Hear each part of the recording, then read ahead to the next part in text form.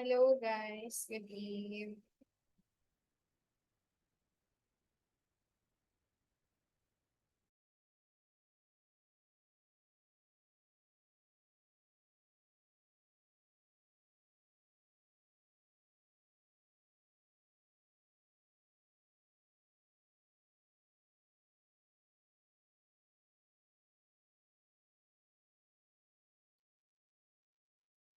All right, so it's still 7:54 and we won't be starting until 8 p.m. So if you guys have any questions, pwede kayong mag-send sa chat or mag-open ng mic habang wala pa yung iba yung classmates kung nahihiya kayo. Good evening din po, Sir Mark, and good evening to everyone. Wait lang natin yung iba.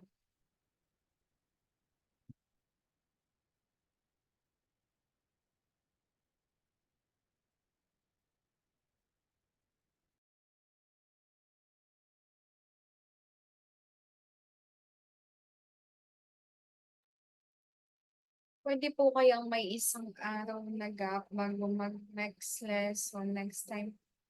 Okay. Sige. Pwede naman, sir. Wala lang tayong gap today. I mean, this week. Kasi wala ako nung Monday. Pero, sige.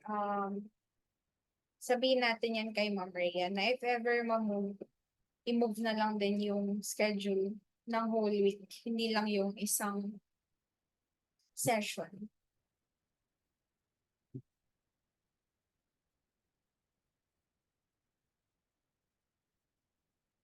Welcome po.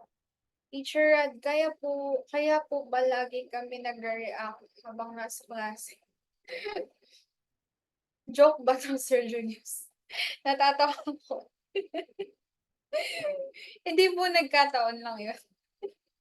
Kahit naman HTML yung tinuturo ko, nagpapa-react din ako para alam ko na na gising kayo. Tsaka may kausap ako kasi ang awkward naman na nagsasalita ako tapos di ko alam. May nakikinig ba? Nice one, Sir Julius.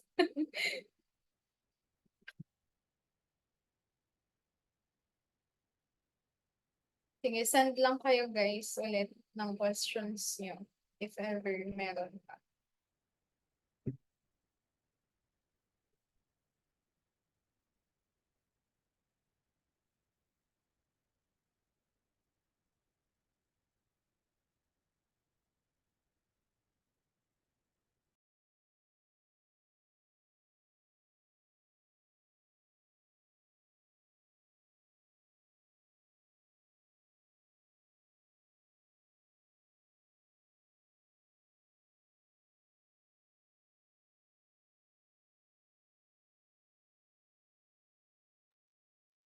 Naka-submit na kayo class ng homework 3 nyo? Kompleto na ba? I mean, kompleto na yung homeworks nyo? Good evening din po, Ma'am Mary Lou. Si Miss Mary Lou Olsen, Mary Lou number 1 po kayo, ma'am.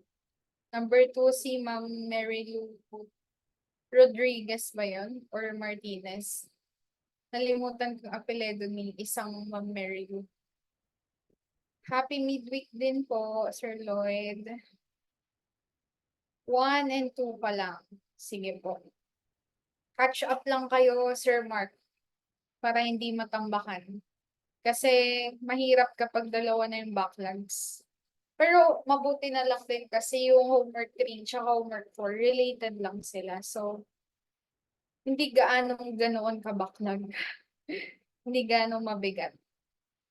Hindi kagaya nung JavaScript. Feeling ko kasi yung JavaScript na time, unrelated yung homework. So, pag naiwanan ka sa isa or sa dalawa, mahirap mag-catch up. Ito kasi more on refactor lang. So, connected lahat.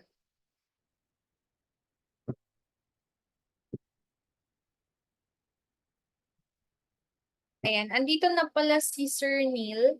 So, dahil malapit na mag-8, Siguro start na tayo. I-address ko muna yung question ni Sir Neil kahapon.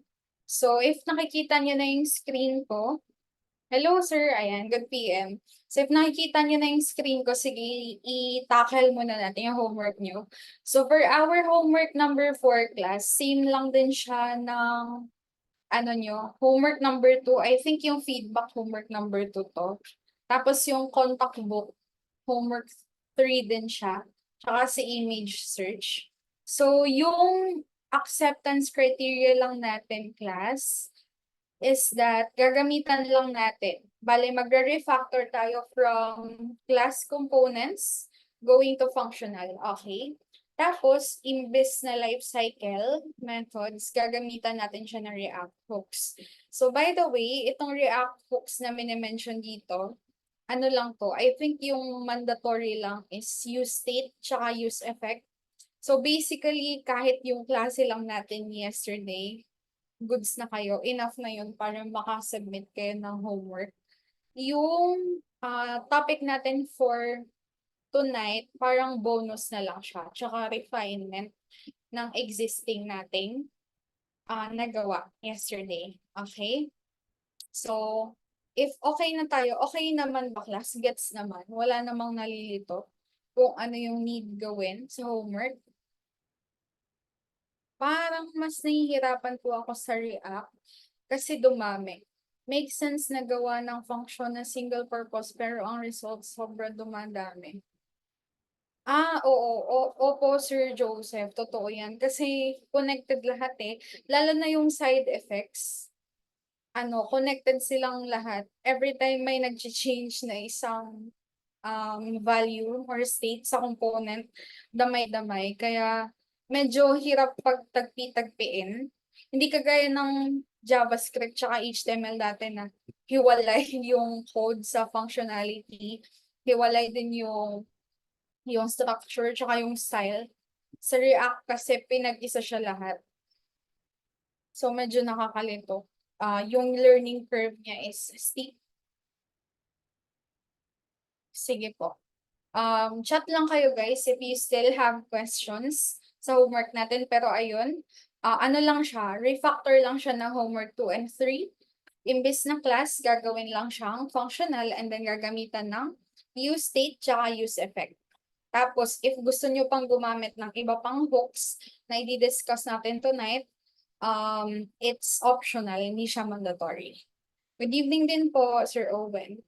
So, balik na tayo sa discussion natin. So, last night class, I think dito tayo nag-stop, So, dito sa ating, bale yung nasa left, ito yung homework 3 natin, guys. Ito yung naka-class component. Tapos, yung ating right side nung screen, ito na yung ni-refactor natin to functional components. Okay? So, yung pinakahuli nating ginawa kagabi is itong component did update. Ayan siya. Ginawa nating use effect. Alright? So, dito sa class components, sa labas naka-declare si fetch images. Tapos, sa component did update, tinatawag lang natin siya. Dito naman kay use effect, yung nangyari, kasi di ba async, yung fetch images natin, hindi tayo pwede mag-assign ng async sa use effect. Kaya yung ginawa natin sa loob natin mismo, dineclare si fetch images at sa loob din natin siya tinawag. Tapos, yung condition dito sa component did update, ginawa nating values sa dependency array. Okay, ayan siya, line 54. So, my question si Sir, by the way, isend ko din yung material natin. Nasa Slack na din to guys, doon sa FS Evolve, yung full stack backend na course. Sabihan niyo lang ako if tama ba yung pinapasahan ko na channel. Or may iba pa kayong channel na hindi ako kasama. Alright? So, by the way, I think ito yung question ni Sir Neil kahapon. Tama ba na si Sir Neil yung nagtanong nito? So, yung question ni Sir, kasi kay Teacher Marvin, yung approach niya is naka-IIFE. Tapos, yung ginawa natin yesterday, hindi tayo nag-IIFE, pinasok lang natin si fetch images sa use effect. So, yung tanong ng iba na hindi familiar sa IIFE is, what is an IIFE? Tapos, which approach is better for fetch images? Yung typical ba na function declaration or yung naka-IIFE? Okay? So first, let's define IIFE. So yung IIFE class, ito yung meaning niya. Bali, initials yan. Basically, it's immediately invoke function expression, kaya siya IIFE. So yung definition niya, ito siya, JavaScript function siya that runs as soon as it is defined. So meaning, pinagsasabay natin yung pag-define or pag-declare sa kanya tsaka yung pag-run sa kanya. Kaya immediately invoked. So yung invoke class, ito yung technical term na ginagamit natin kapag sinabi nating nagtatawag tayo or ginagamit natin yung function. Okay? So sabi dito, it is a design pattern also known as a self-executing anonymous function. So anonymous function dahil walang pangalan yung function na yon, and self-executing kasi diretsahan yung pag-run sa kanya or pag-execute sa kanya. So ano ba yung syntax niya? Ayan, ito yung syntax ng IIFE class. Yung typical na function declaration kapag naka-arrow function tayo. So itong IIFE pala, hindi siya exclusive sa arrow function, okay? Pero mas prefer lang natin na gamitin yung arrow function kasi ito yung latest na standard. So, di ba kapag nag-declare tayo ng function in an arrow function approach, ganito siya, may const tayo, tapos yung pangalan ng function. Equals, tapos ito yung pinaka-function. May parenthesis siya, doon natin pinapasok yung parameter. Then we have the arrow symbol. And we have the braces kung saan pinapasok natin yung body ng function. Ngayon naman, ito naman, pag nagtatawag tayo or ginagamit natin yung function, or in technical term, function invocation, di ba yung ginagawa natin ay sinusulat lang natin yung name ng function, tapos nilalagyan natin ng parenthesis nakasunod. Okay? Kung may parameter naman, pinapasahan natin ng parameter. Para siyang ganyan. Alright? Gets ba class? Pa-react ako ng excited na emoji kung gets yung function declaration at function invocation. Medyo technical yung term, pero ayan, yung excited ni Sir Joseph is nakatawa. How about yung iba? Gets pa ba class yung difference ng declaration and invocation? Okay, 1, 2 reactions. 3, 4. Okay, nice. Sige. So kung gets naman, sige. Yung gagawin natin dahil immediately invoke siya, meaning as soon as dineclare siya, tinawag siya agad. So pagsasamahin natin yung dalawang syntax. Okay? So paano natin siya pinagsama?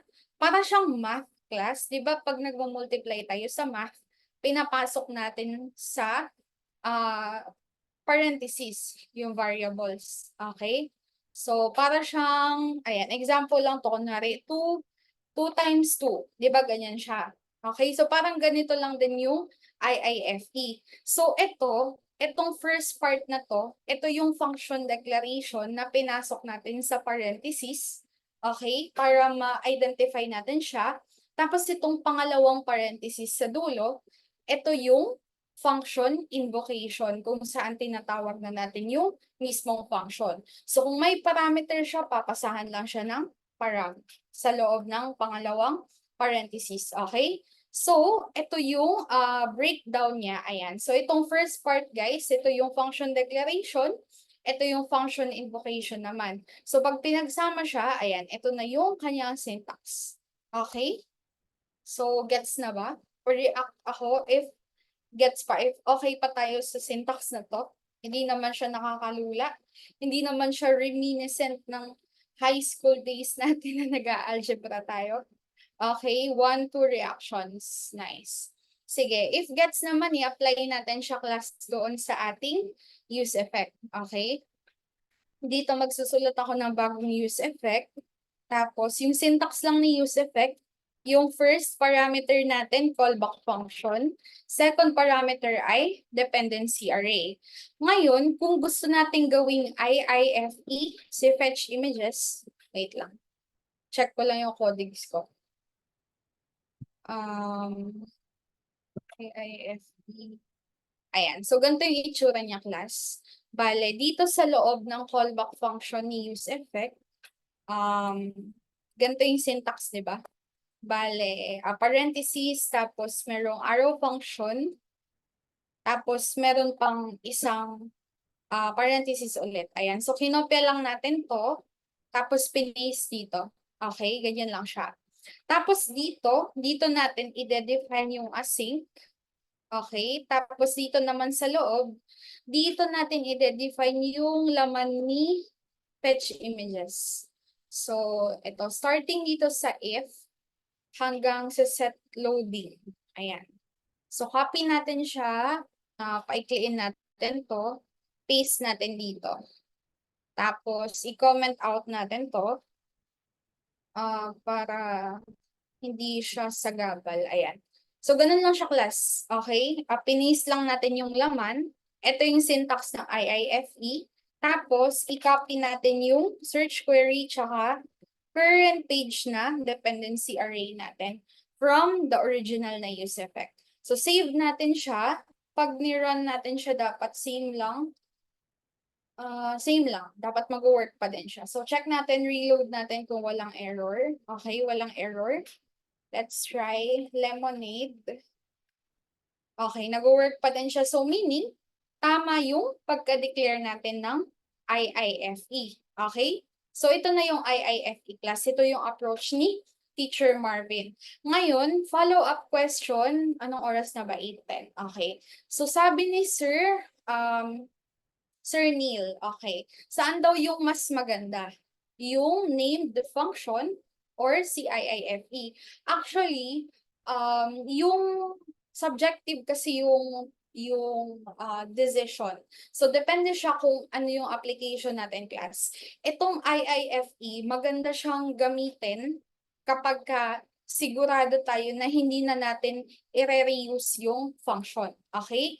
Kasi brief lang siya, maikli lang siya, tapos hindi siya mag-a-add ng clutter, ganun. So kung alam natin, sigurado tayo na never again na natin gagamitin si fetch images, mas better ito na approach. Alright? Pero if alam mo, especially kagaya nitong ginawa natin sa class components, if alam mo na possible na gagamitin mo pa si fetch images sa ibang components, say for example, sa future mo na homework, gusto mo mag-add ng features na mag-fetch ka din ng image sa ibang components, hindi lang sa app.jsx, then mas mabuting naka-named function tayo, hindi naka-IIFE. Okay, so yung decision kung saan yung mas better na gamitin ay depende sa application. Kung i-reuse siya, much better si named function. Kung hindi na siya i-reuse, para less clutter, mas okay si IIFE. So, pa-react ako, if gets naman. Okay ba yung sir? Nasagot ko naman yung question ni Sir Neil. So, parang inline si IIFE. Yes po, very good, Sir Ramon. Yun yung tamang term. Inline declaration CIIFE, tapos si named function, global siya kasi pwede mo siyang gamitin sa ibang parts. Ang kagandahan naman talaga ni React is separated na via components. So, kung may problem, ma-check mo agad. Di ka na mag-scroll. Yes po. Actually, siya, double-edged sword. So, maganda siya dahil organized na siya. Pero yun lang, medyo steep lang yung learning curve na mag-aral ng halo-halong HTML, CSS, tsaka JavaScript sa isang file. Parang depende pa rin sa preference ng dev. Yes po, depende pa rin, sir, kung saan kayo comfortable. Ayan. Pero ako honestly, nalilito ako kasi marami siyang parentheses, kaya bihira ko lang din siyang ginagamit. mas prefer ko yung may pangalan talaga para alam ko kung ano yung ginagawa sa use effect na yun. Okay? So if okay na tayo class, proceed na tayo kay ano na ba yung gagawin natin? Ayan. Sige, continue na natin yesterday. Bali yung topic natin for today, eto siya. Ito yung scope. Balik tayo sa guide. So sa guide, for our module 4, lesson 8, we have 3 additional hooks. Si use memo class, medyo mahirap siyang i-apply sa images. Siguro, i-leave out ko yung application na part nito sa module 5 natin. So yung gagawin natin, itong context, tapos use ref, tsaka itong custom hooks, kasi hindi natin siya na-discuss yesterday. So balik tayo doon kay app.jsx natin, okay? So wait lang, stage ko lang to para mawala yung kulay-kulay.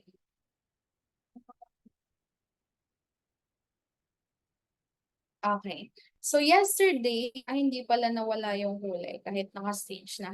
So yesterday, nag-stop tayo dito kay app.jsx sa pagta-translate ng component did update to use effect.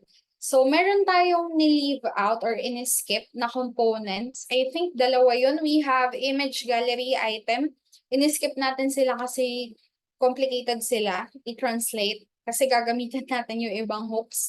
Tapos si modal, ayan. So yung gagawin natin dito tayo mag-start kay modal. Alright? So comment out ko lang yung mga existing ko na code na nilagay dyan. Tapos again, review, balik tayo dun sa steps natin yesterday class. So steps to convert class to functional. First is create a function component. Then access props in function parameter. Tapos replace render with return. So ito na siya. Ito na yung ginawa natin yesterday.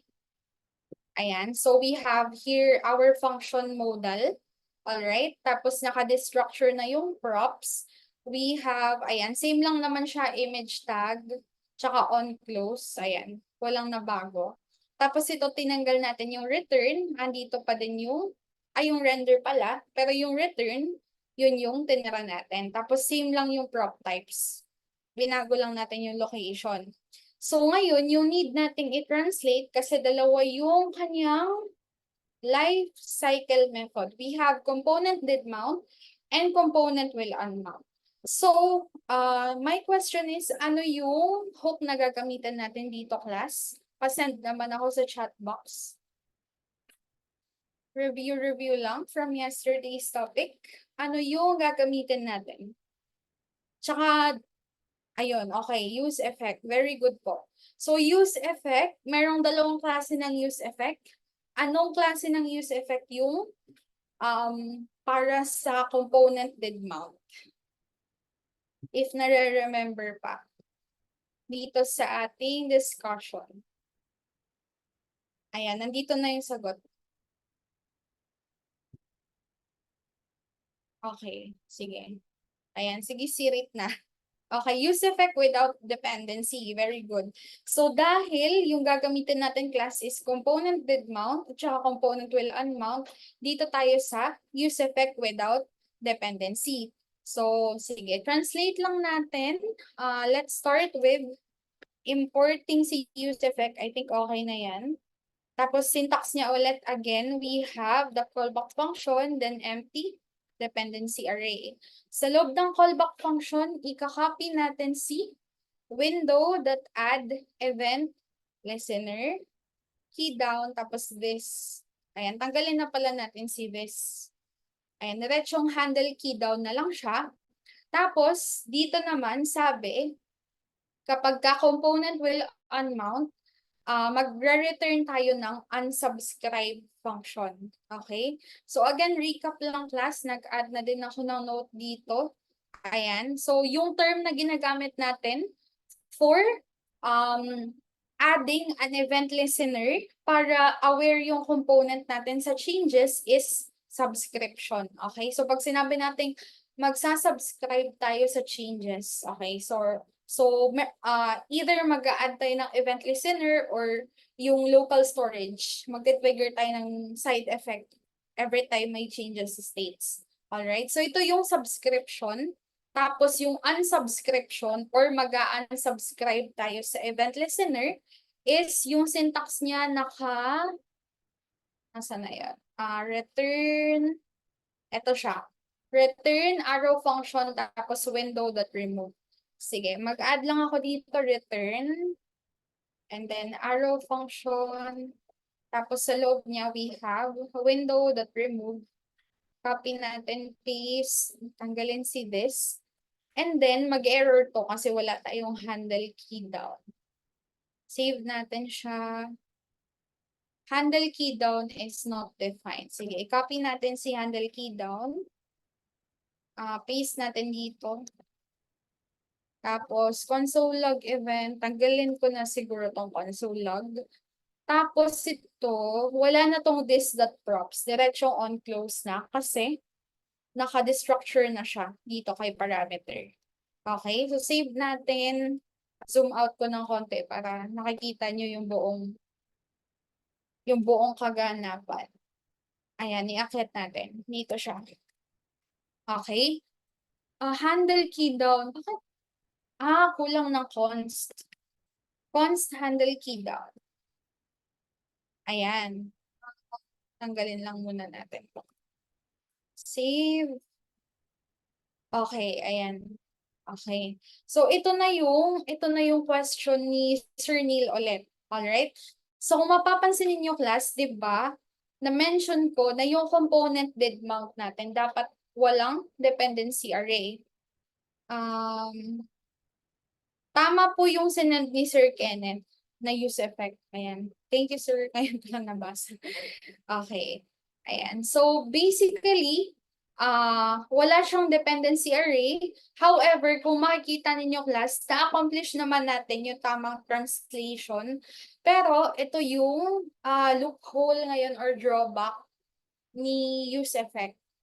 So, for some reason, nagkakaroon tayo ng warning. Okay? So, yung warning is, use effect has a missing dependency na handle key down.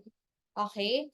So, ang nangyayari dito class, pinipilit tayo ni use effect na i-add si handle key down dito sa dependency array. Ayan. So, gusto niya ganyan. Handle key down, ayan, okay. So, gusto niya na i-add natin dito. Pero after nating ma-add, meron na naman siyang panibagong warning. Yung sabi niya, handle key down function makes the dependencies of the use effect change on every render. Move it inside the use effect callback. Ayan. So, medyo weirdo siya. Kasi, ang dami niyang reklamo. Sige, sundin natin yung gusto niyang gawin. Sabi niya, ipasok daw natin, wait lang, callback pala, sige. Subukan ko lang muna na ipasok siya sa loob ng use effect. Okay, so ayaw pa din yan. Ayan, sige, balik na lang natin siya kasi yun naman yung original, nasa labas siya. Okay, so ito yung problem natin ngayon, class. Kapag ka nagtatranslate tayo ng component did mount into a use effect na may empty dependency array, nagkakaroon tayo ng warning. Tapos, yung mangyayari, mag-fail din yung build natin sa GitHub. Kasi, merong ESLint na error. Okay? So, if na-remember ninyo dito sa discussion natin yesterday, ayan, sa rules of hooks natin, si hooks class, meron siyang built-in na ESLint plugin. So, itong ESLint plugin na ito yung reason kung bakit nagkakaroon tayo ng ganitong warning. Kasi parang ano siya, safety precaution siya ni React to make sure na lahat ng mga bagay na or dependencies or functions, either it be functions or props or states. So basically, lahat ng mga bagay na nagbabago na hindi kontrolado or outside ng scope ni use effect, kagaya nito class, si handle key down kasi, outside na siya ng scope ni use effect kasi dito natin siya dineclare. Okay? So dahil para kay use effect, foreign function si handle key down, yun yung reason kung bakit nagkakaroon siya ng warning. So, sa end natin na dev, alam natin na intentional yung reason kung bakit hindi natin nilagay dito sa dependency array C, handle key down, kasi alam naman natin na hindi nagbabago ito, di ba? Tsaka function siya. So, hindi siya dapat maging, excuse me, maging dependency array. Pero sa point of view ni ESLint, yung gusto niyang mangyari ay dapat lahat ng foreign na functions is ilalagay natin dito. Okay? Kasi, safety precaution niya lang. Ganun siya nag-work eh. Parang it's built that way na lahat ng mga states or ng props or ng functions na foreign sa kanya is i-declare natin dito. Alright? So, meron tayong isang i-introduce na hook which is necessary para ma-fix natin yung ganitong error. So, dito sa LMS ninyo, we have the useref hook. Alright, so before we continue, balik tayo dito sa, ayan, dito tayo. So, why does use effect throw an error with an empty dependency array? So, yung reason class kung bakit siya nagto-throw ng error is because basically bobo yung anong tawag nito? Yung ESLint natin. Kaya niyang i-identify or kaya niyang mag-restrict or mag-impose ng rule sa atin na dapat lahat ng foreign na functions tsaka ng states tsaka props na ginagamit natin sa loob ng use effect ay i-declare as dependency array, pero hindi niya kayang mag-identify kung paano ba, hindi niya kayang i-identify na gusto lang natin na once lang mag-run or once lang ma-add yung event listener. Okay? Kasi di ba component did mount, mag-run lang siya or yung event listener, i-add lang natin kada initial mount. Okay? However, pag nilagay natin yung handle key down, mag-i-infinite loop ata siya. Or basta hindi siya tama class. Kasi hindi tama na mag-add ng event listener, tas mag-remove, tas mag-add ulit. Dapat always lang na during initial mount. Okay, gets pa ba? Sorry, medyo ang verbose na ata ng explanation ko. Yung other solution ko dyan, ma'am, ilalagay handle key down function. Yeah, actually, that is a good solution, sir. Pero, hindi ako sure kung assigned a value but never used. Ayan. So, dito kasi, kapag pinasok siya, yung nangyayari, sir, si on-close naman yung gusto niyang ipalagay sa loob ng dependency array. Ayan. So, yung reason kung bakit after nating pinasok, ayan, basically si handle key down, hindi na siya foreign kay use effect kasi kilala na niya. Okay? Dahil pinasok na natin. So, nasa loob na siya ng scope ni use effect. Pero yung nangyayari, si on close, ayan, nagkakaroon ulit ng warning kasi si on close, outside na naman siya ng scope ni use effect. So, kumbaga, nagiging lang class, nagiging parang nagko-connect-connect lang yung warning natin. Kapag ipapasok mo siya, if ever meron kang function na dependency or prop na dependency ng function, yun na naman yung kailangang i-add dito sa dependency array. Okay? So, parang ganyan siya. So, that's why, introduce natin si useref. Introvert si use effect, dapat kilala niya yung kasama niya. Yes po, very good. Ayun, very good metaphor. Pero walang dependency but only kung hindi siya na-reuse yung function. Yes, tama yung sabi ni Sir Shane na ganun. Kung sure tayo na hindi na natin to gagamitin outside ng use effect, pwede natin siyang pasok. Pero dahil may on-close ulit tayo na ginamit na foreign ulit, so hindi niya kilala ulit, sabi ni Sir Neil, introvert, dahil stranger ulit si on close para sa kanya, nagto-throw na naman siya ulit ng warning or error na dapat kilalanin niya muna si on close or ilagay natin sa dependency array si on close. Okay? So, before we fix that, let's discuss si useRef.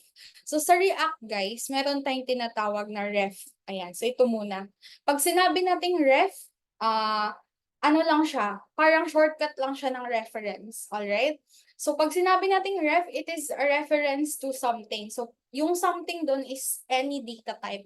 Pwede siyang reference sa isang object, reference sa array, reference sa memory ng computer natin, excuse me, reference sa function, or anything na tinuturo natin. Parang copy lang siya ng location. Okay? Ganun lang siya. Reference lang talaga na literal kung paano natin dinadefine yung reference in layman's term. Tapos, ito naman sa taas, meron tayong tinatawag na reference stabilization. Okay? Ayan, medyo ano na naman tayo. Dito na naman tayo sa technical terms. So, pag sinabi nating reference stabilization or stabilization, this is the practice of ensuring that certain references sa code natin, such as, say, for example, functions or objects, do not change unnecessarily between renders. So, one example nito is yung handle key down natin, tsaka si on close, guys. So, basically, dahil foreigner siya, para kay use effect, ni use effect ng assurance na stable dapat si handle key down or si on close para pumayag siya na na hindi siya isali sa dependency array. Okay? Gets ba, class? So, need niya ng assurance na dapat stable si handle key down. Dapat may assurance ako na si handle key down either nasa scope ko or sure ako na hindi siya magbabago kahit anong mangyari during the life cycle of this component para bibigyan ko ng, ng trust or ng, para magtitiwala siya na hindi na niya kailangang mag-ask ng permission na ilagay sa dependency array. Okay, hugot. Hindi naman, sir. Actually, wala akong maisip na tamang term. Pero yun lang. Tinatry ko lang siyang i-relate sa tawag nito, sa introvert. Ayan, si Sir Neil kasi yung nagsimula ng introvert. Okay. So, ayun, dahil need nating i-stabilize yung value ni handle key down tsaka ni on close.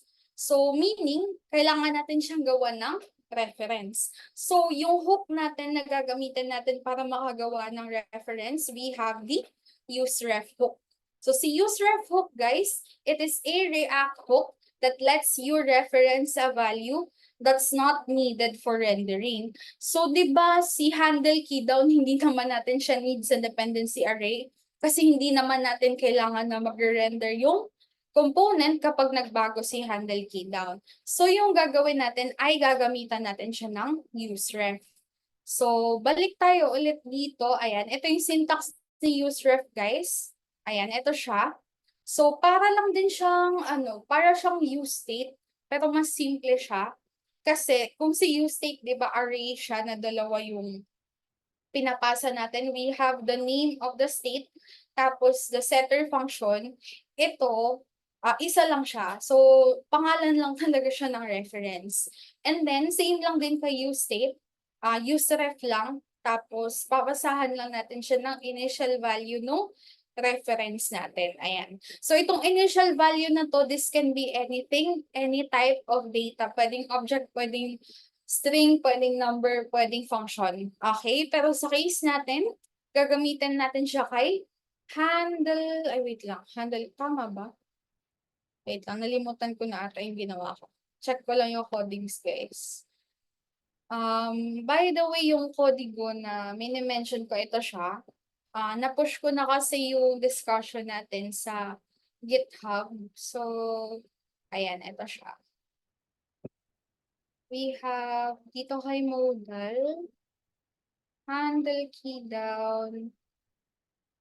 Si on close. Sige. So, tama yung na-mention ni Sir. Sino ba yung nagsabi na ipasok daw yung handle key down? Handle key down. Si Sir Shane. Okay. So, tama yung solution ni Sir Shane. Okay, na pinasok na natin si handle key down. So, si on close yung gagamitan natin ng reference or siya yung isi-stabilize natin.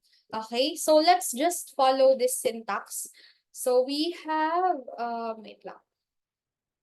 Modal.jsx. Ganito lang siya, class. Dito sa itaas, magde-declare ako ng cons. Tapos yung pangalan lang ng reference natin, in this case, gagawin ko na lang siyang on close ref. Ayan. Yung best practice pala dito, class, or recommended approach is gagamitan niyo siya ng ref sa dulo para lang uniform or alam natin na reference siya. Tapos tatawagin natin si useRef. Ayan, naka-import naman na siya dito. Tapos ipapasa natin yung initial value. So yung initial value na to, class, ito yung prop na galing or na pinapasa natin kay modal mula kay image gallery item. Ayan. So dito kay image gallery item, dito natin kinukuha yung on close. Kasi dito naka-declare si toggle modal. Okay? So, ayan. Ganyan lang siya. So, declare. Add lang ako ng comment. This will be declare a reference for the on close prop to make sure the value is stable. Ayan. Ganyan lang siya, class. Basa naman yung comment. Ayan. Ibaba natin to. Okay. Pa-react naman ako if gets si useRef. If get si stabilization process, tsaka si syntax ni useRef. Wait lang, nawala yung list ng participants. Hindi ko makita. Okay, one reaction lang. How about yung iba, guys? Okay pa ba kayo kay useRef? 1, 2, 3. Sige, mag-chat lang kayo ha if if meron kayong hindi na gets sa terms na gamit natin. Okay. So, recap lang ulit. Define lang natin si stabilization, tapos si ref, tapos si useRef, siya yung hook na gamit natin to create a reference or para mag-stabilize ng data or ng function. Tapos si syntax, ito lang. Ito yung ginawa natin dito sa line 7. So, const on close ref equals useRef, tapos on close. Okay? Tapos, after natin dito, magke-create tayo ulit ng use effect. So, itong use effect na to, class, i-declare natin siya kasi yung gusto nating mangyari. Kasi di ba proxy on close. So, we all know na dalawa yung possible na magte-trigger ng re-render ng isang component. So, we have the prop. So, pag nagbago yung prop, mag-re-render yung component. Tsaka pag nagbago yung state, mag-cause din yun ng re-render. So, therefore, dito, ipapasa natin si onClose. Okay? Tapos, dito sa callback function natin, wait lang. Meron akong hindi na-discuss. Ayan. So, si ref pala, class, or yung reference natin, meron siyang tinatawag na current na property. So, si current property, this is where we can access the current value of that reference. Okay? So, di ba reference siya, meaning, possible na magbago yung value niya, kaya ini-stabilize natin siya. So, yung current, parang ano lang siya, class, location pointer, or basically, kinukuha lang natin kung ano yung specific na value ng reference na yun at that point of time sa application natin. Okay? So, no need to overthink about it. Kasi, i-access lang naman natin yung value niya. Ayun, ganun lang siya. So, dito sa use effect natin, yung gagawin natin, ganito siya. So, on close ref, kukunin natin yung value, yung current value niya, tapos i-assign natin siya sa on close na galing sa prop. Okay? So, yung nangyayari dito, sineset lang natin to so that anytime na magbabago yung value ni on close, kasi di ba hindi natin siya kontrolado. Yung nakaka-control sa kanya is si image gallery item kasi doon galing yung prop. Okay? So, meaning, dito lang, or itong side effect lang na ito, yung mag-run kapag nagbago yung on-close. Hindi madadamay itong event listener natin. Okay? Kasi iniiwasan natin na nadadamay yung ibang side effect kahit wala naman silang kinalaman. So, that's why ito lang siya, in-isolate lang natin kumbaga na itong side effect or i-reassign lang natin yung reference ng on-close natin na prop kapag nagbago yung prop na galing kay image gallery item. Okay? So, ganun lang siya, class. And then, after nating set ito or makuha yung current na value ng on-close na reference, wait lang dito dito kay use effect natin sa loob ng itong empty dependency array or yung translation natin ng component did mount, tama ba? Component did mount. Imbes na on close yung tatawagin natin, this will become on close ref dot current, tapos i-run natin siya or if a function call natin siya. Okay? So, isipin nyo lang, class, na parang ganito lang din siya. So, kanina, di ba, on close, nirun natin yung on close. Pero dahil yung gusto nating i-run ay yung stable na value ni on close. So, ilagay ko dito, we need to run the stable version of the on close instead of the original on close. Okay? Ayan. So, dahil nakarun siya dito, ito, papalitan lang natin ng on close ref the current, pero same lang din. Nakarun pa din siya. Okay? So, save natin to. And once we save that, as you can see, guys, nawala na yung warning natin, tsaka ina-accept na ni use effect yung empty natin na dependency array. So, gets ko ba, class? Pa-react naman ako if naliwanagan kayo doon sa pag-resolve ng issue ni use effect. Okay, one reaction to, how about yung iba? Gets ba, class? Again, recap ulit ha. Yung terms na ginawa natin, we have the stabilization. So, gusto nating i-make sure na stable yung value ng function kasi, again, introvert si use effect, ayaw niya ng foreigner, ayaw niya na hindi niya natatrack kung ano yung changes sa functions na ginagamit sa kanya internally. So that's why pinasok natin si handle key down mula sa labas. Okay? Kasi dito nasa ilabas siya. So dahil after nun, si on close naman yung nagkakaroon ng error. So dahil hindi natin kontrolado ito, yung ginawa natin, gumamit tayo ng use ref para ma-stabilize yung value niya, tsaka hindi siya or para pagkatiwalaan siya ni use effect na okay, we are now sure na hindi or na stable na yung value mo, so no need to add you in the dependency array. Okay? So after creating that stable reference, yung ginawa natin, kinol lang natin yung stable reference current value sa loob ng handle key down, and we were able to solve yung issue for the use effect. Alright? So, kaya pa ba, guys? Pa-react naman ako ng flex emoji kung kaya pa mag-custom hook. So, custom hook na lang, and then after that, break tayo. And then mag-context API na tayo. Sige. Isang reaction. How about yung iba? Or gusto niyo mag-break muna? Pa-react naman kung gusto mag-break. Food emoji naman. So, parang component did update. Pag nag-re-render, pinapakilala ni onClose.ref.current. Yes po, medyo ganun, Sir Kenneth. Pero yung pinagkaiba lang natin dito is in-isolate natin siya. So, kumbaga, itong use effect lang na ito na yung component did update. Tapos itong use effect na ito sa ibaba, ito yung component did mount. Okay?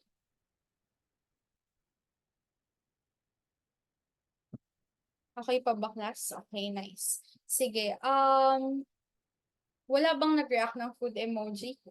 So, if walang nag-react, okay, may isang apple. How about yung iba? Apple, apple. Okay, apple si Sir Lloyd. Sige, ayan. Tatlo na sila. Sige, guys.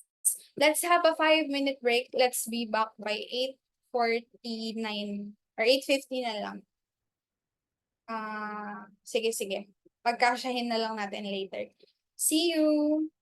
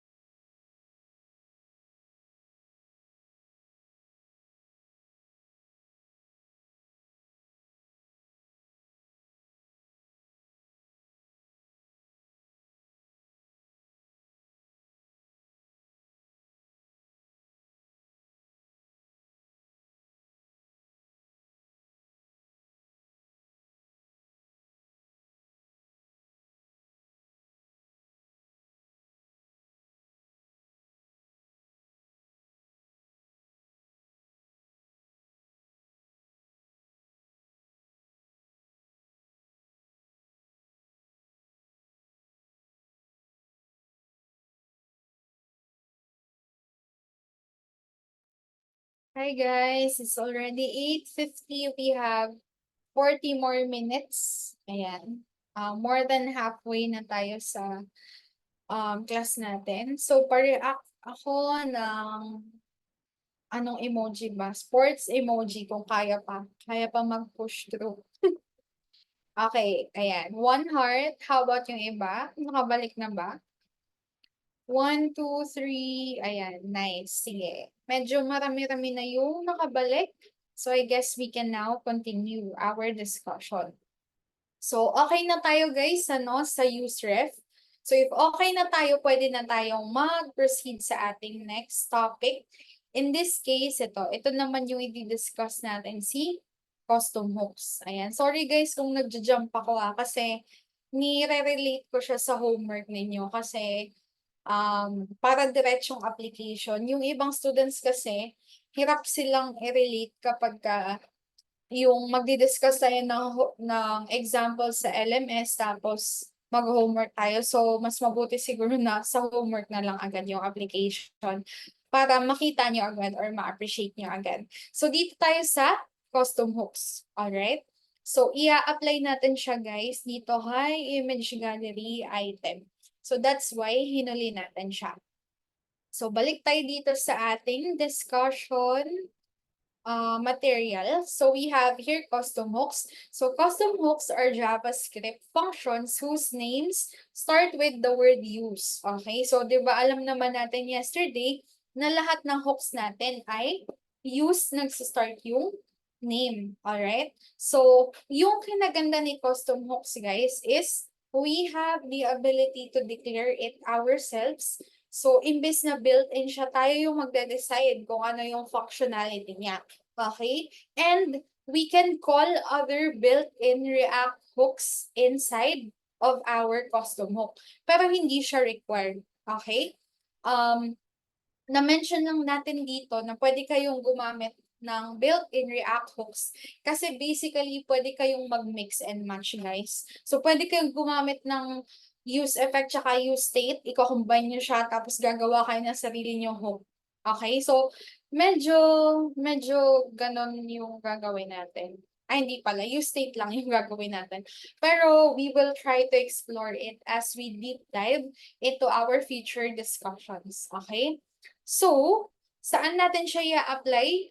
Dito sa image gallery item natin. Kasi class, kung makikita ninyo again, left side natin is the class component version. We have here the component did update. Alright? So, meaning need natin siyang i-translate into a use effect na dependent sa show modal. So, dito pala, palitan na lang natin kasi is open yung nailagay ko. Kasi ito ata yung nakasulat sa LMS. Pero let's modify that later. Okay? Pero si show modal tsaka si is open, parehas lang sila. So, kung typical lang na translation into functional component yung gagawin natin, of course, mag-cons lang tayo na show modal tapos set show modal equals use state. Tapos yung initial value niya ay false. Okay? So, ganyan siya, di ba? Dahil may state object tayo dito. Pero dahil need natin i-apply si use or si custom hook, so meaning gagawa tayo ng custom hook. Doon natin siya ipapasok. So, i-comment ko lang muna ito para hindi nyo makita kung ano yung nangyayari dito. Tapos ito papalitan ko ng show modal. Wait lang. Ayan, tatlo pala sila. 1, 2, 3. Let's make this show modal. Ayan, so save natin siya. And sige. So para makagawa class ng custom hook, ito yung steps natin. Same sa yung steps natin kahapon sa pagka-convert. Meron din tayong steps sa paggawa ng custom hook.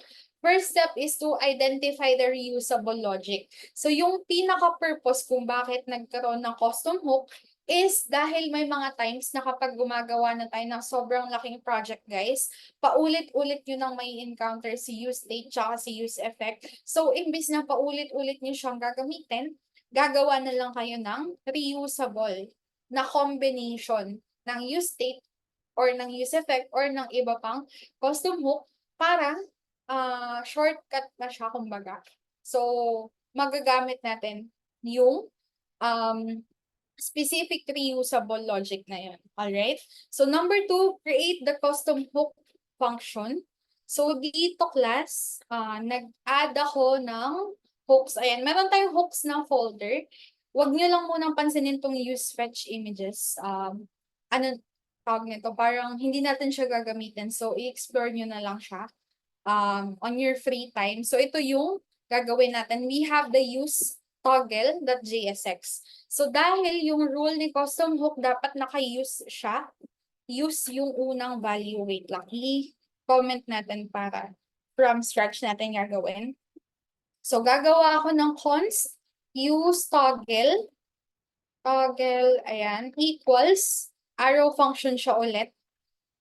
Ayan, same lang siya ng iba nating function. Ayan, function kasi siya.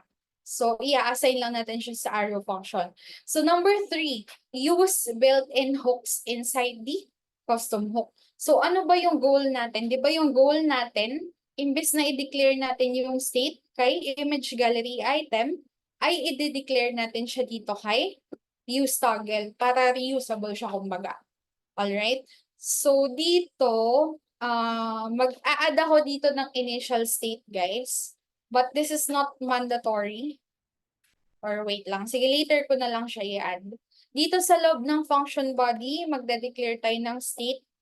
Dito natin ilalagay si show modal tsaka si set show modal. Tapos gagamitan natin ng use state. Tapos ipapasa natin yung false na initial value. Ayan. Ayan, ganyan siya. Okay? So, okay na tayo sa step 3. Nakagamit na tayo ng use state. Sabi naman sa step 4, return the necessary values. So, ano ba yung gusto natin na gawin kay show modal? 'Di ba gusto natin na ano siya? Tawag nito, gusto natin na i-flip yung value niya class, kumbaga. Kaya siya naka-toggle. Okay? So, parang inenegate lang natin yung value. So, dito, magde-declare ako ng toggle na function. Again, const toggle lang siya. Ay, sorry. Toggle, tapos arrow function. Ayan. Tapos, dito, sa parameter, ay, wait lang. I think hindi na to need. Ayan, ganyan na lang siya. Diretso na lang, yung function body natin class is, babalik na rin natin yung value ng show modal using the setter function sa set or sa use state natin. So, dito tatawagin natin si set show modal, tapos i-negate natin yung existing na value ni show modal. Ayan, ganyan lang siya, basically. Alright?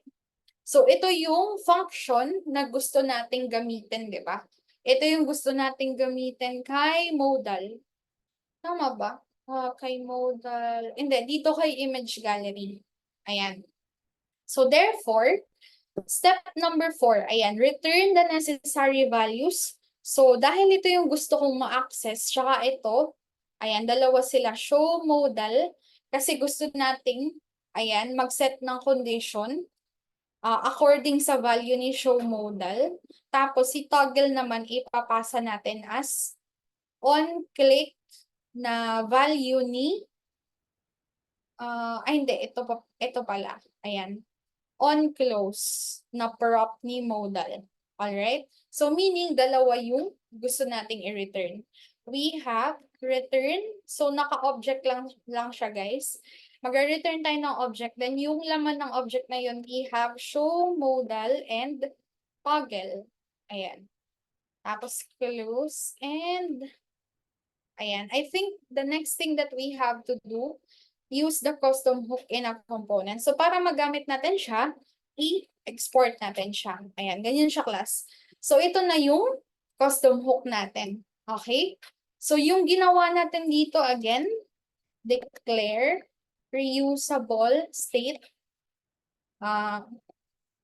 Tapos, declare reusable modifier.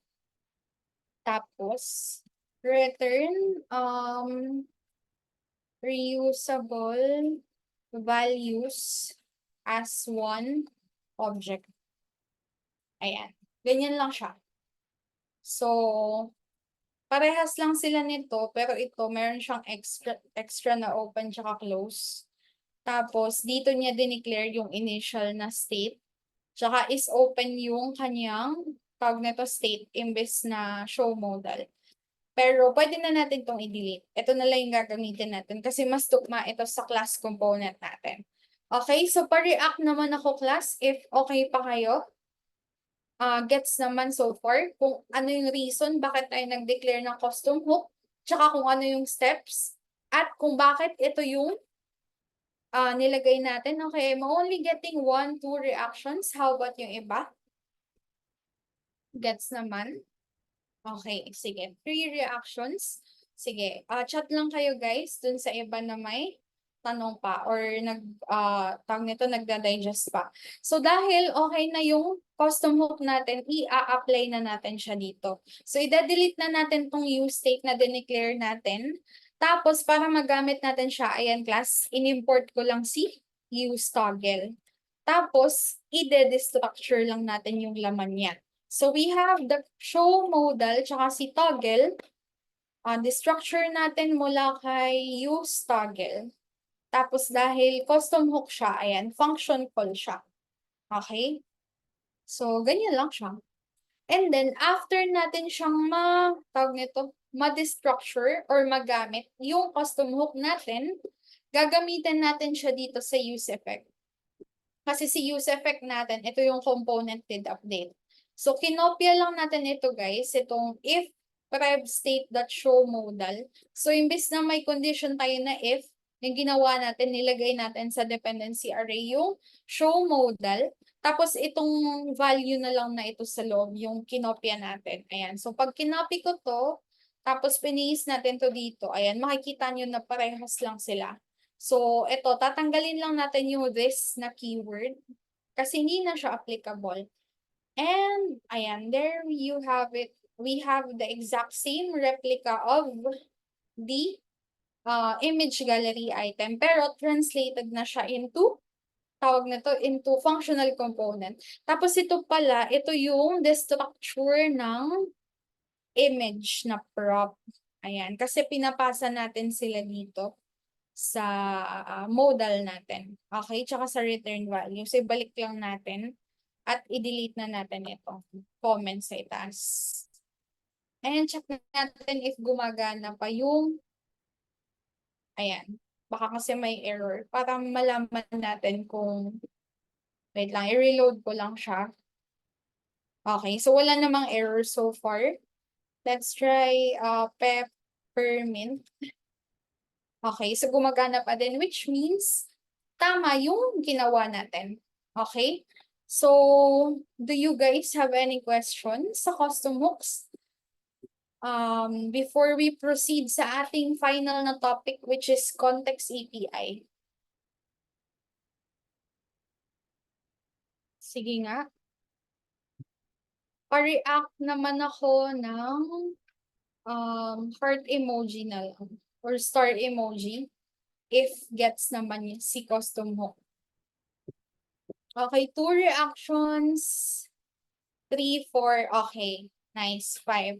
Sige guys, if okay na tayo na mag-move on kay custom hooks, ayan, we can now proceed kay context. Si context guys, medyo, ano siya, medyo a whole new world siya. So hopefully, ayan, kayanin natin. Ayan, less than 30 minutes na lang. Pero sige, let's do what we can to finish this. Ayan. So dito sa presentation natin, dito sa ibaba, nag-add lang ako. So never mind nyo lang ito class kasi ito yung materials from the previous batch. Dito tayo mag-start. Okay? So I think si Sir Ramon yung nag-ask kahapon. Hindi ko pa po napanood yung recording ni Sir Marvin, pero papanoorin ko siya this siguro tomorrow, okay? Yung na-mention ni Sir Ramon kasi, hindi ko alam kung, ayan, andito pala si Sir Ramon. Yung na-mention ni Sir Ramon yesterday is class drilling. Ayan, may question pala si Sir Neil. Parang si state is binigyan ng own component para ma-reuse si state.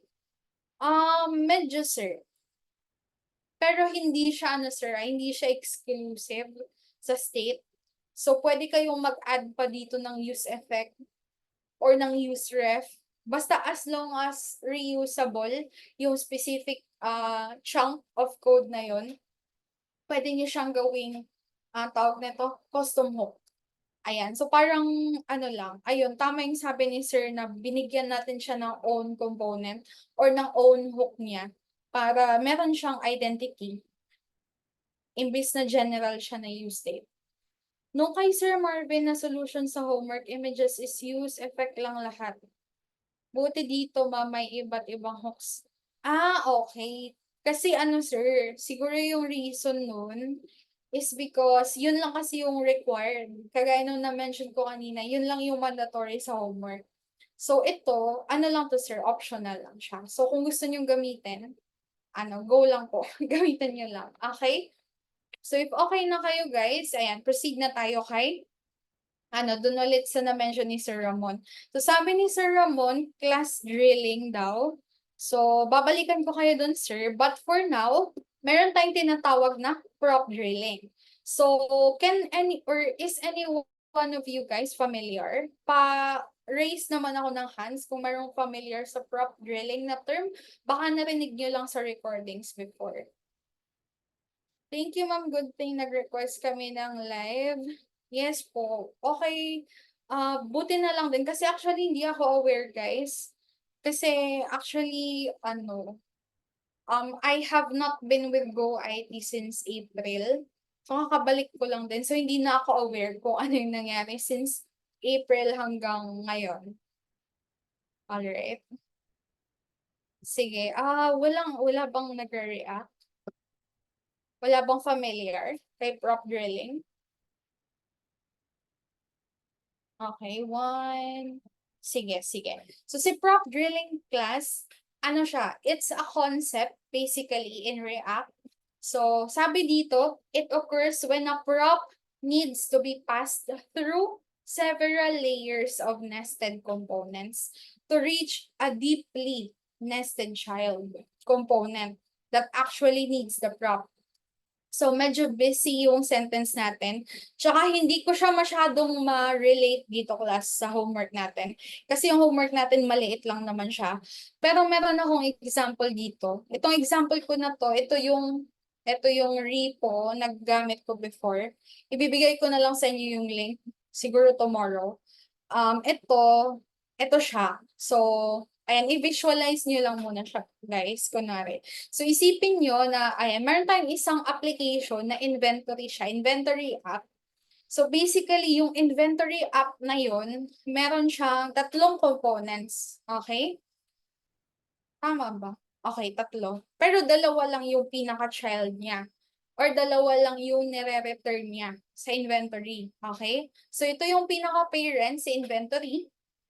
Tapos, meron siyang dalawang anak na nire-return. Si inventory form, tsaka si inventory list.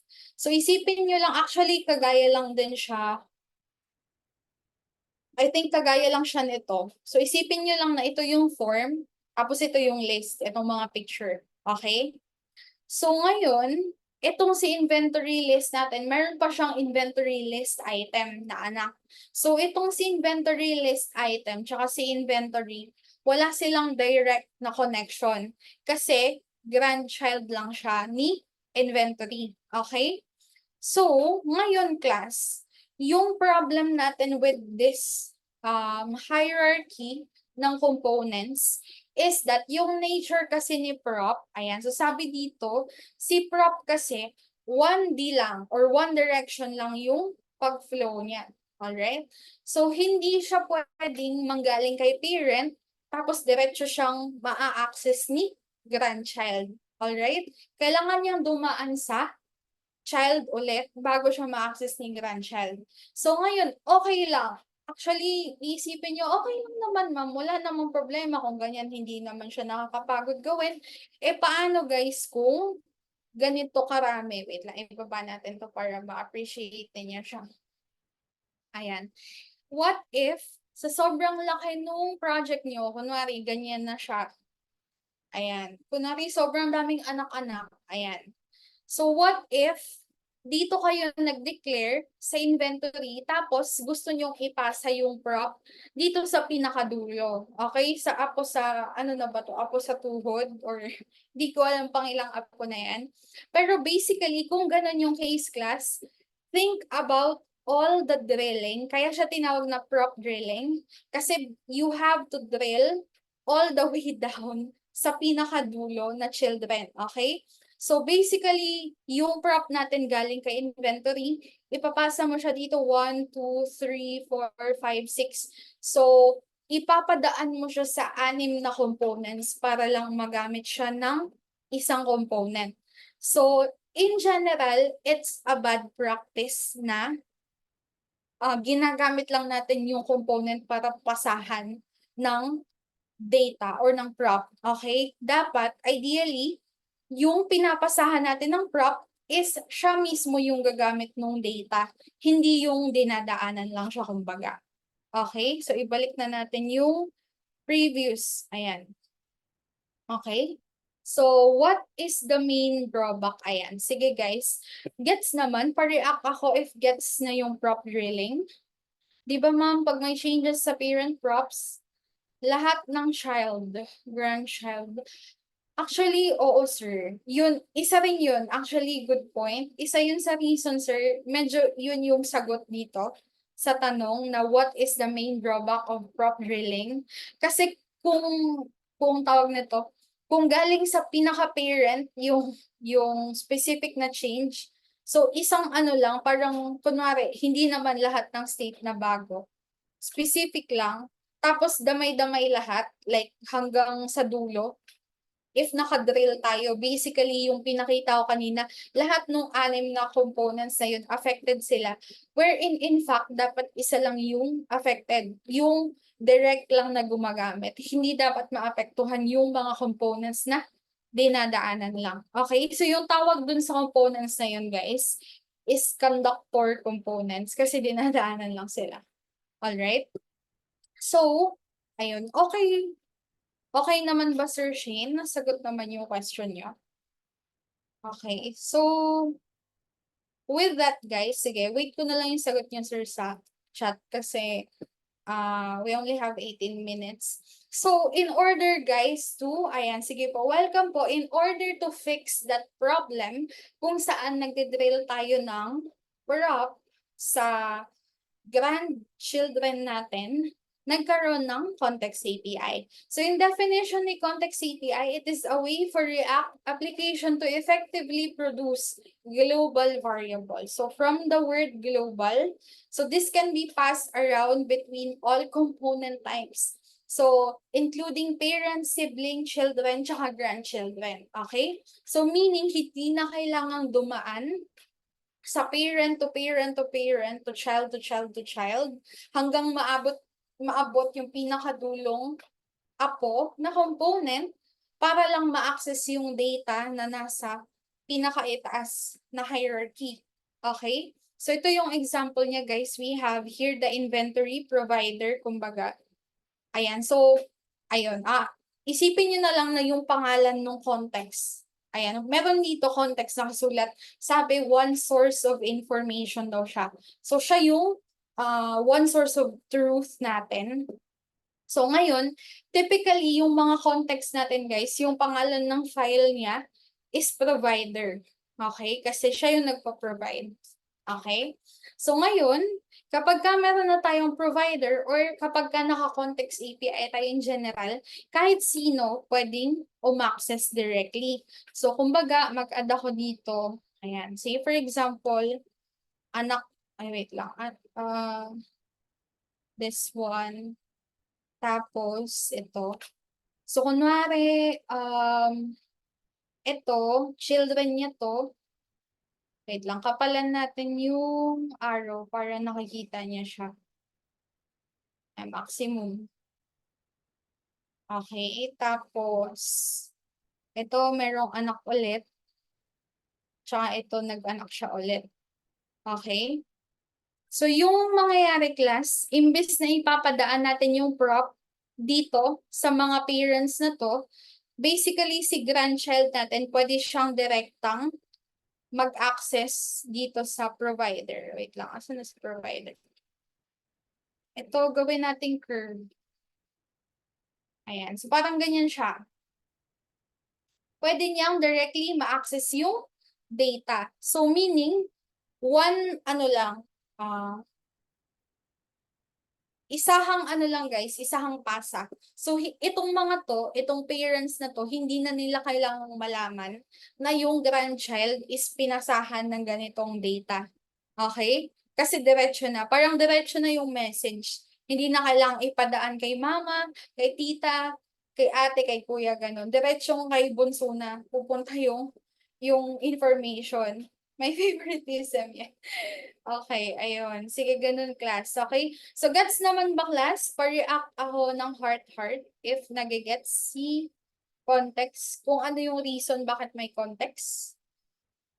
Okay, 3, 4. Okay, nice. Sige. 14 more minutes. Sige. If gets naman yung reason kung bakit tayo nagkaroon ng context para ma-solve si prop drilling, let's discuss yung components ni Context API. Kasi need nyo itong malaman before tayo mag-code. Okay? So ngayon si Context API guys, meron lang tayong mga terms, okay? Na medyo technical siya. So need nyo siyang makilala muna before nyo siya gamitin para hindi kayo ma-nosebleed or ma-overwhelm. So una natin kilalanin si context. So nag-add ako ng mga pictures sa gilid para meron lang tayong comparison. Okay? In layman's aspect. Alright? So first off is si context. Sabi dito, context provides a way to pass data deep down the component tree. So ito yung pinaka-concept natin ng context API. So context yung tawag sa kanya. So ito yung one source of truth natin, kumbaga. Pass data deep down the component tree without having to explicitly pass props to intermediate components manually at each level. How do we end up with prop drilling and how to prevent it? We end up with prop drilling, Sir Ramon, kapag malaki yung project natin. Tapos maraming paano ba?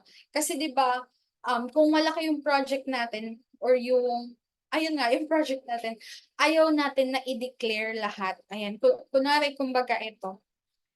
Ideally, hindi naman siya ideally, pero actually, technically, pwedeng hindi tayo gumawa ng ganitong napakadaming components.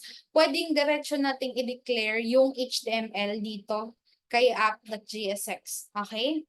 So, dito natin mismo i-declare ng paisa-isa yung form, yung LI, kasi di ba si image gallery, LI ito? Tapos si button, pwedeng ganun. Okay? However, ano kasi, gusto natin na separate yung components kasi para reusable sila, of course, and modular siya class. Tsaka may separation of concerns para malinis. So, kagaya nung na-mention kanina si Sir Neil din natin yung nagsabi nun na mas mabilis nating madedetect kung saan nanggagaling yung error kasi separated siya. Okay? Meron siyang kanya-kanyang file, yung specific na component na yon. Ngayon, kapag sobrang dami na ng file, Sir Ramon, ayun, sobrang dami nating components, I think hindi siya may iwasan na kailangan, kumbaga kasi, yung data kailangan natin sa global. So that's why dinideclare natin siya sa pinaka-parent. Okay? So dahil maraming components yung kailangang umaccess ng data na yun yung reason kung bakit siya dinideclare globally. Yung states, kumbaga, kagaya nito, di ba marami tayong states, tapos dinideclare natin sa app kasi maraming components yung kailangang maka-access. So, I think there's no way to prevent it really because kasama na siya or kaakibat na siya ng paglaki ng application. So, the only way to solve it is to use context or state management library, which is itatackle natin sa module 6 ata. if nabasa nyo yung Redux, ayun, kagaya siya ng context API. So, ano siya, Sir Ramon? It's inevitable. Talagang mangyayari at mangyayari siya habang lumalaki yung application. Ayun. So, sabi ni Sir Shane, kapag masyadong nested. Sige po, welcome po. So, going back, dito tayo sa context, guys. Dahil one source of truth siya, yung kanyang comparison or kanyang counterpart, kumbaga, isipin nyo is tindahan siya. Okay? So it doesn't have to be a clothing store. It can be anything, or it can be a store that sells anything as long as marami siyang supply. Okay? Siya yung nagkikip ng lahat ng supply. So yun yung context natin. Okay?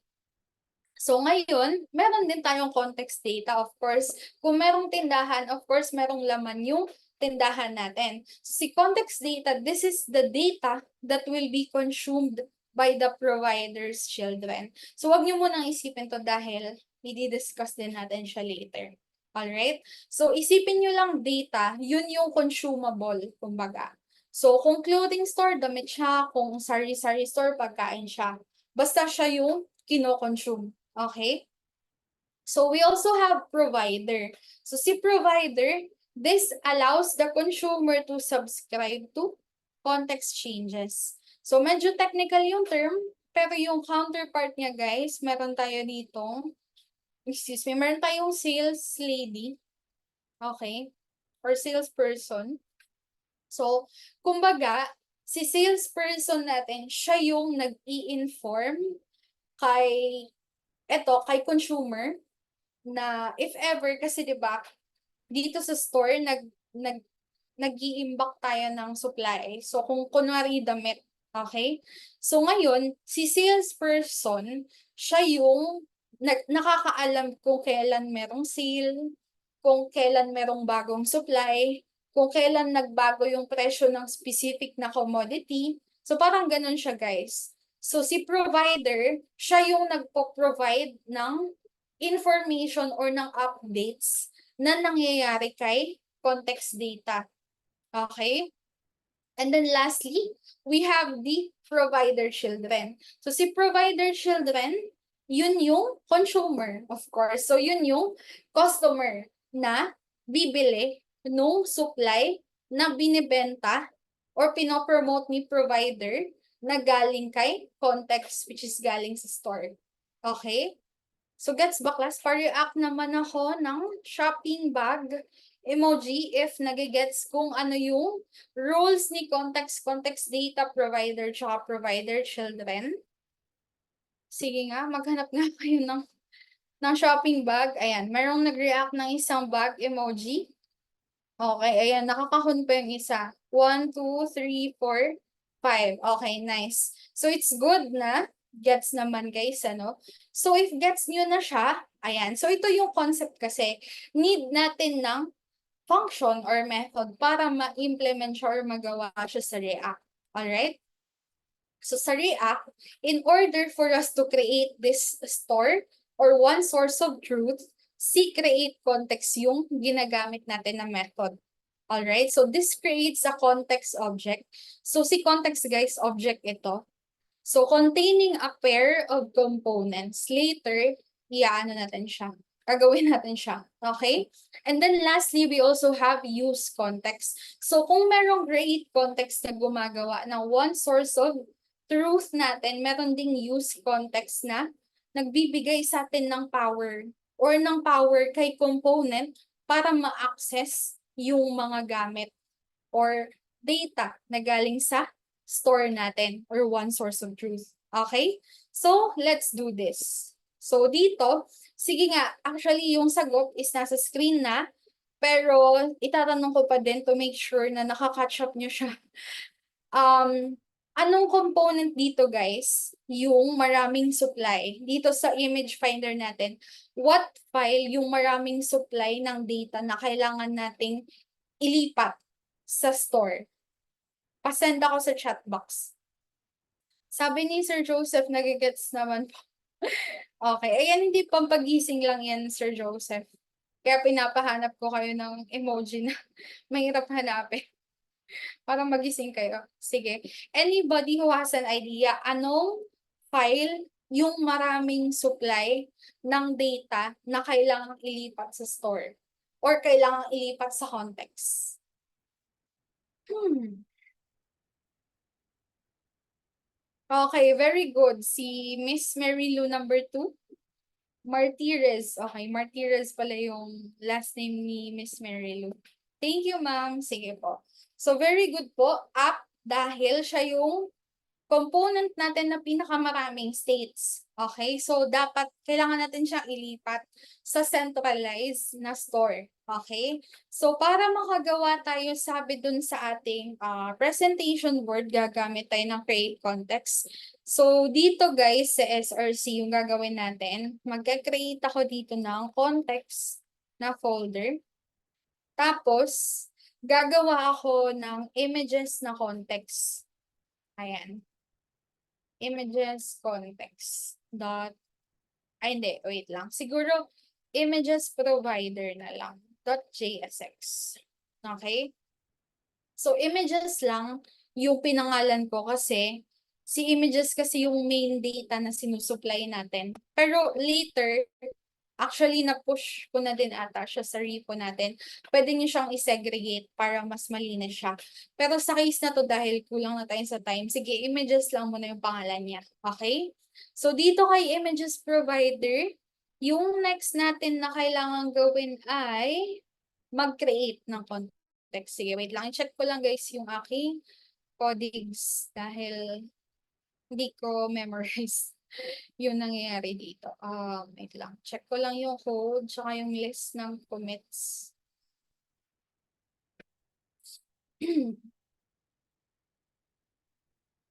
Okay, images. Okay. So, sige.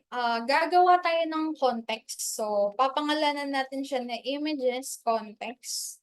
Tapos, dito natin tatawagin si create context. Ayan. Tapos, ayun, ganyan lang siya. Create context. So, dito, i-import natin si create context. Ayan, ganyan siya. Okay? So, after nating makagawa ng context, guys, ito na yung store natin. Dito natin ililipat lahat ng states natin or ng data. Yung next natin na gagawin ay gagawa tayo ng custom hook na para yun na yung magsisilbing hook na gagamitan natin para i-access lahat ng data na galing kay context. Okay? So, tatawagin ko siya na use images context na lang. Sige. So, dito, this will be export pala natin siya kasi gagamitin natin siya sa ibang file. So, this will be use images context equals arrow function. Tapos, yung value niya or yung return value niya is use context. Tapos, ipapasa natin si images context. Ayan. So, yung meaning lang nito guys, again, ito si use context. Ito yung nag-a-allow sa atin na gumamit ng context data. Okay?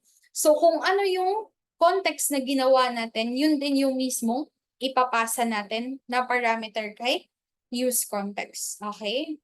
So, dahil nakagawa na tayo ng store natin or ng ayan, ilagay ko na lang store dito. Kasi yun yung nasa illustration natin para hindi kayo malito. Tapos si use context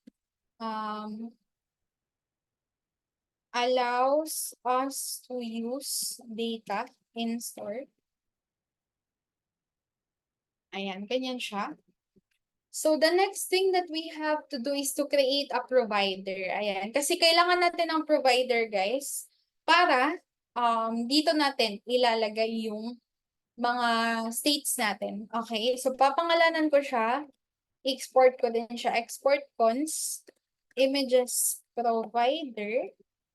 Okay. Tapos, ito, arrow function din siya. Tapos, ito guys, this is mandatory. Yung ano niya kunwari, or ano, kumbaga, yung kanyang parameter is object siya Tapos yung laman niya ay children. Okay? Kasi di ba dito, need natin na ma-access ni children yung data na i-declare natin sa loob ng images provider. Ayan. Wait lang. Maingay ba? Sige. Maingay ata yung table. Okay.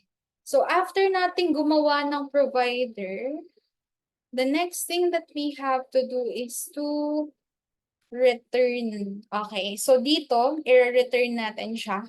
So, dito guys, merong nakasulat na, ayan.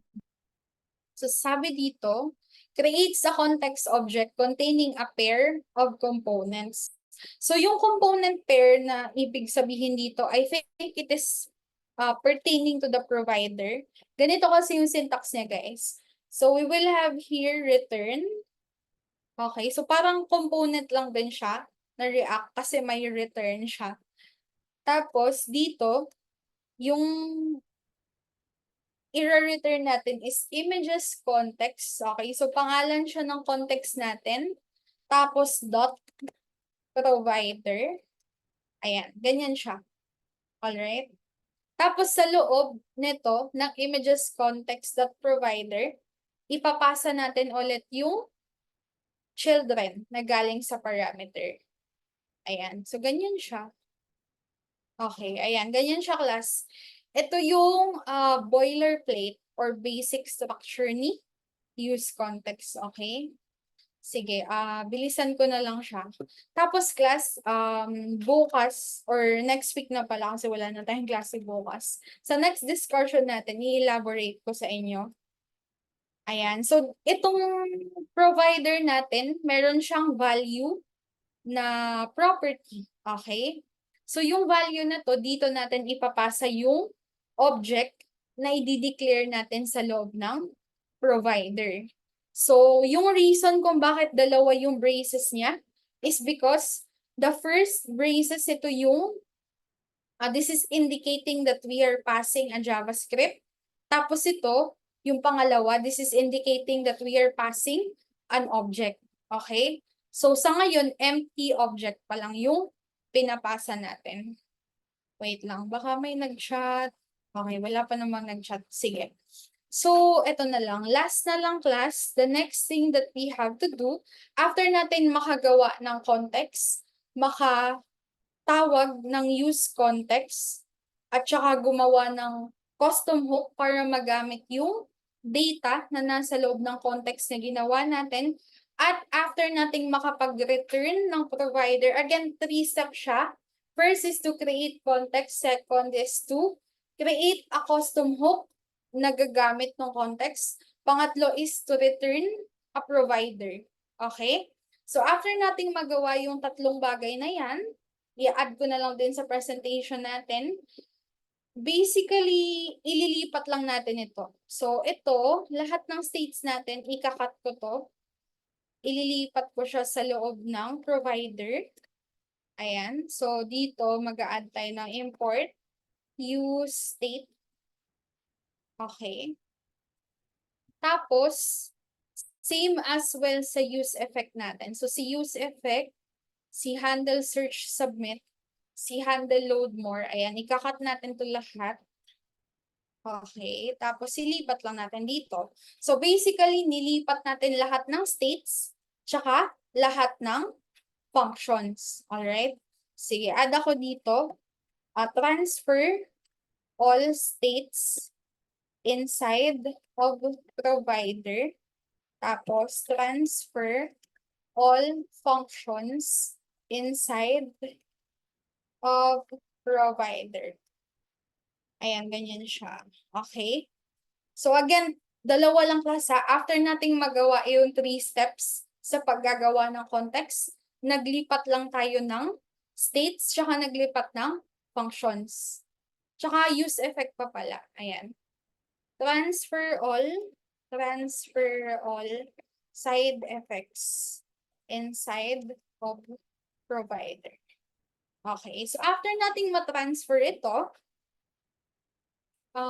I think basic lang siya, guys. After natin silang ma-transfer, ipapasa lang natin sila dito so kung makikita natin dito, images, search query, is loading. Sige. Itong mga value class na hindi ko alam kung napapansin niyo pero merong value dito na ano siya, light color siya. So, kailangan natin siyang ipasa dito sa value na object. So, una is si images. Kailangan natin siyang ipapasa dahil gagamitin siya ni app.jsx. Okay? Tapos, ipapasa din natin si is loading. Ay, wait lang. Is loading. Tapos si is error. Tapos si is end. Tapos si handle search submit. At si handle load more. So basically, dito add ako ng comment. Pass all reusable states and functions to the value property of the provider. Okay? Ayun. So, pinasa lang natin.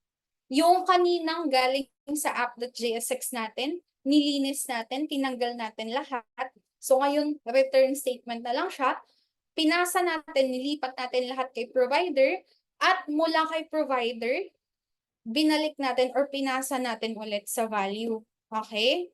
Tapos guys, para ma-access siya ni app.jsx, sa index.jsx natin, kailangan natin i-import si images provider. So, import images provider. Tapos, si app component, i-wrap natin siya kay images provider. Okay?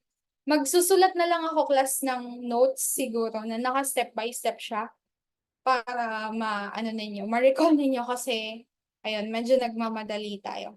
So, after natin siyang malipat lahat dito, tapos after nating ma-wrap, si app component natin kay images provider, dito kay app.jsx natin, let's import, wait lang, I think kulang ito ng imports.